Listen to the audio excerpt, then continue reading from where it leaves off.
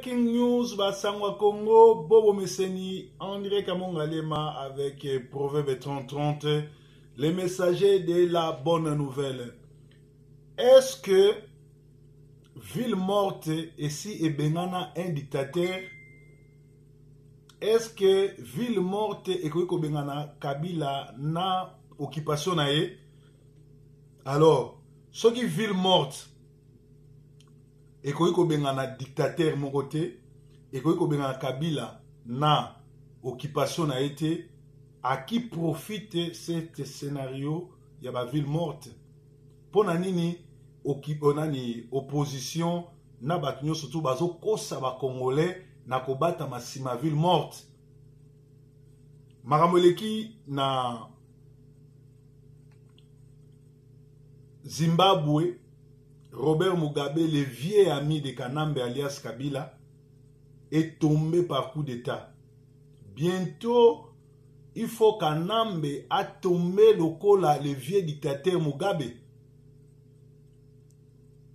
Ceux qui ont rêvé que babimisi calendrier électoral, l'élection en 2018, naza prophète à malheur te menazo sabino que ezali kleboa Kabila a kolongwate parce que na décembre na 2018 a kobimisa ba scénario mususu ou a kobimisa guerre et puis tala je basali balobi bazo enregistrer ba congolais de l'étranger ezaka kapuna kobakisa masolo bazo atamulayi et puis ata bongote Kabila na batunaye basali plus de 20 ans na pouvoir babomi mboka teki ba richesse mboka bakabi mboka piller mboka bato ba échouer bo benga na bango bino bozo zela bango ba organiser ba élection oyo mindele ba yesi bango ke yo Kabila longwa na yo atotie mbwa na yo atotie leki na yo atotie makangu na yo toko supporter yo au glisser.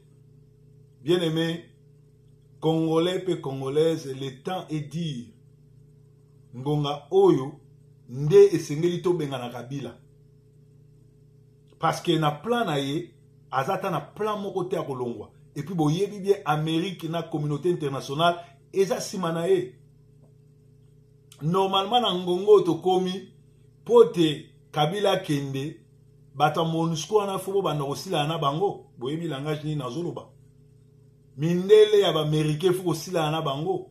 Mobutu poise à la sauver na guerre ya Shaba aboma 80 européens pour ba Belge bakita. Lokola mindele batu bazo ya kotia désordre na mboka na biso fu bandosila na bango. Ngonga nde yangoyo esika o soki Ngwanda azalaki vrai libérateur, soki Ngwanda azalaki vrai mutu o babengaka azali résistant, tonga to banda résistance ya ko banda ko boma sikoyo batu ya PPRD na ba mindele oyo bazo support bango. Biso to na mboka na bango tozo respecter bango, mais bango ba na mboka na biso ko sala ki tribalisme ki criminel plutôt. Ki tribalisme était mais ki criminel. Soki mundele moka le pao. Soki bata MONUSCO na ba coin bokomi ko lesa bango pao. Tala mindele po ba sabino ki baza pré Kabila aboma des américains abomi bango oyo na mboko ko bon mundele to ko bon américain te me Kabila signé 2 abomi bango ba étouffer likola ba intérêt na bango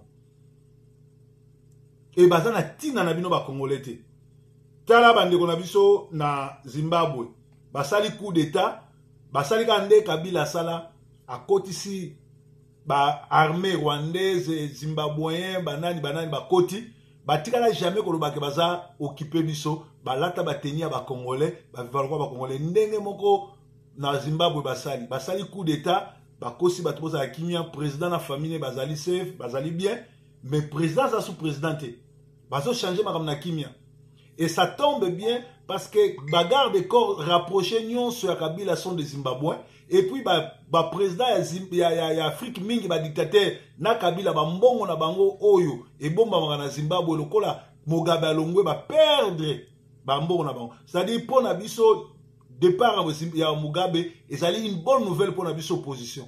Biso batoza na diaspora mais ça suffisante.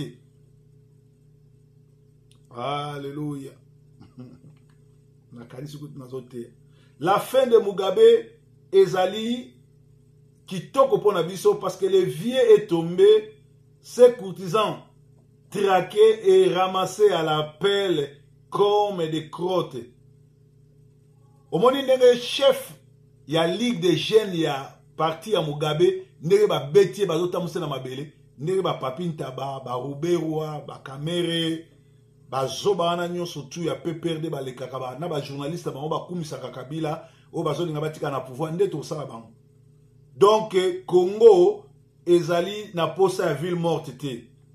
Félix Tshisekedi. En tout cas, Ngongango o se ressaisir, ezali dernière chance.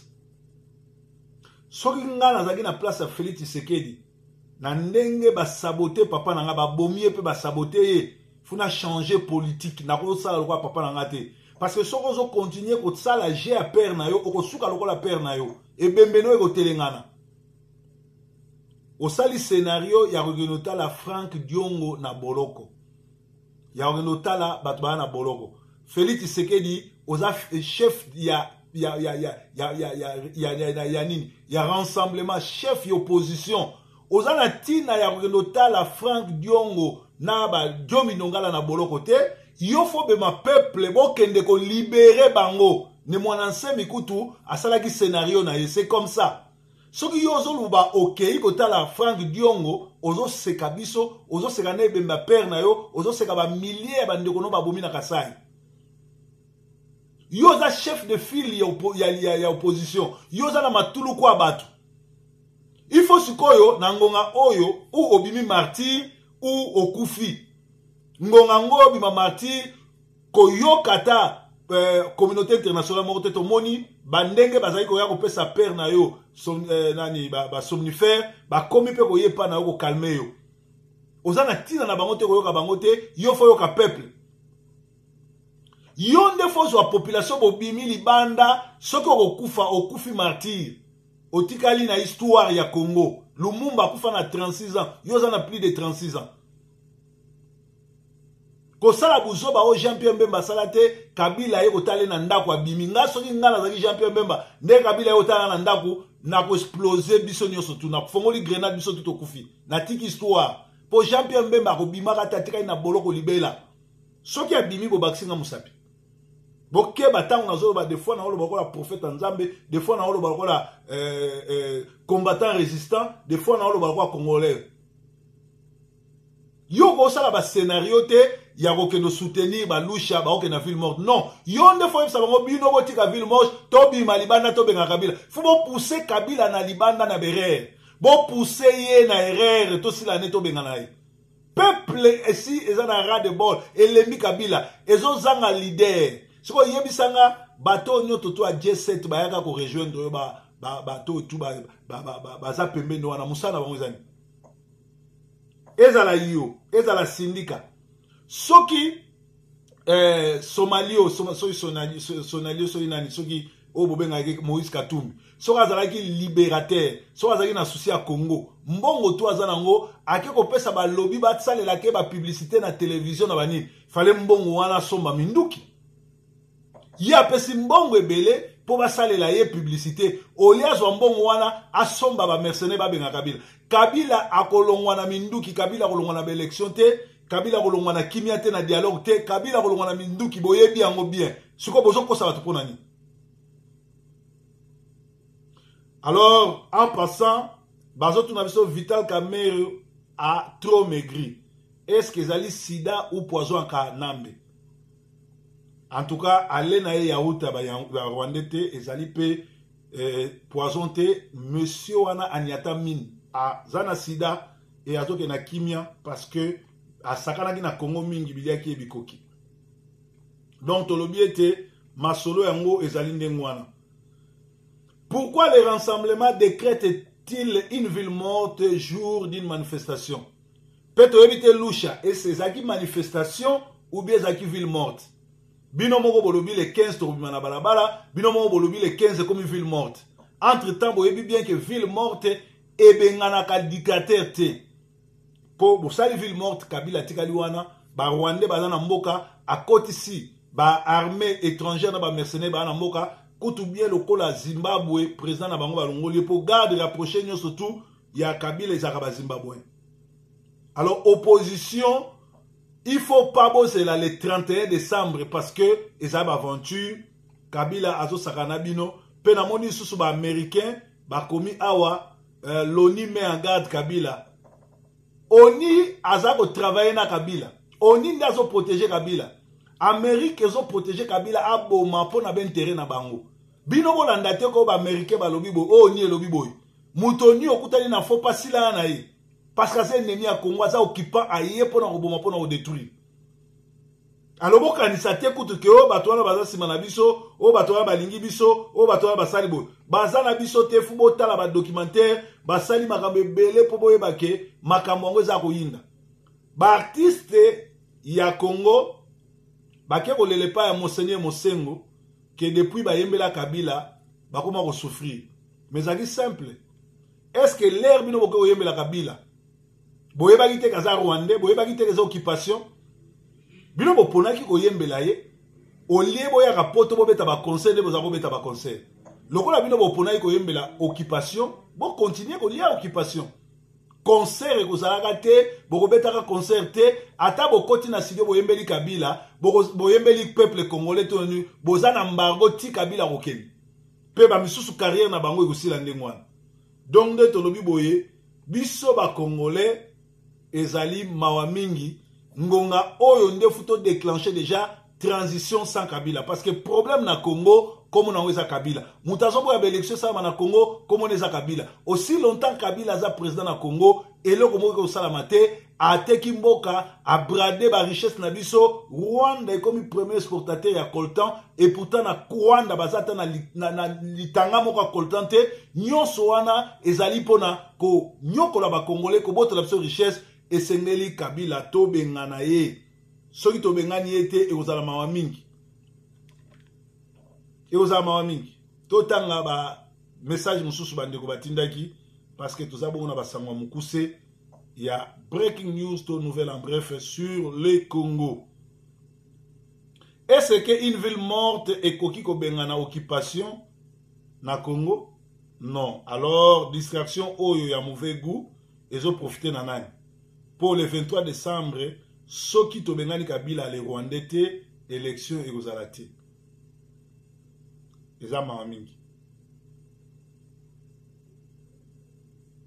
Pourquoi Félix fait le contraire de ce que son père faisait? Félix va chez les imposteurs, contrairement à son père, c'était les imposteurs qui partaient vers lui. Et pourquoi organise-t-il une ville morte le jour où la Lucha demande au peuple de sortir chasser les criminels Kanambe? Voilà, il faut répondre. Alors, ba pesinga lisusu message mususu awa zana tangela binango panique na kingakati. Zimbabwe, l'armée en passe d'appliquer la doctrine de la nécessité développée dans l'article 64. Hippolyte Kanambe, alias Joseph Kabila, a convoqué une réunion sécuritaire d'urgence à Kingakati pour suivre de près la situation très tendue au Zimbabwe, où une partie de l'armée fidèle au vice-président Emerson Mnangagwa s'est mutiné et se dirige vers Harare pour chasser le vieux Bob Robert Mugabe ou les neutraliser. C'est ce qui est déjà fait et vice-président Azongi parce que Mugabe a déjà maîtrisé et vice-président Azongi. La réunion rassemble les généraux Didier Tumba, François Olenga, particulier de Joseph Kabila et chef de sa maison militaire, Célestin Mbala Moussese, chargé d'administration logistique, Damas Kabolo, CSG du mini-DEF national, Jean-Claude Diave, adjoint du général Olenga à la maison militaire, numéro 1 des renseignements militaires, Delphin Katumbi, des renseignements militaires, l'ambassadeur de la RDC à Pretoria, Bob Penempoko. Pour rappel, Mugabe est le mentor de Kabila et son soutien régional inconditionnel. Peu avant le décès de Laurent Désiré Kabila, Joseph Kabila y est séjourné avec François Beya et d'autres secrétaires impliqués dans l'assassinat de Laurent Désiré Kabila. mais les noms autrement inquiétés ni entendus dans les procès de l'assassinat de Laurent Désiré Kabila.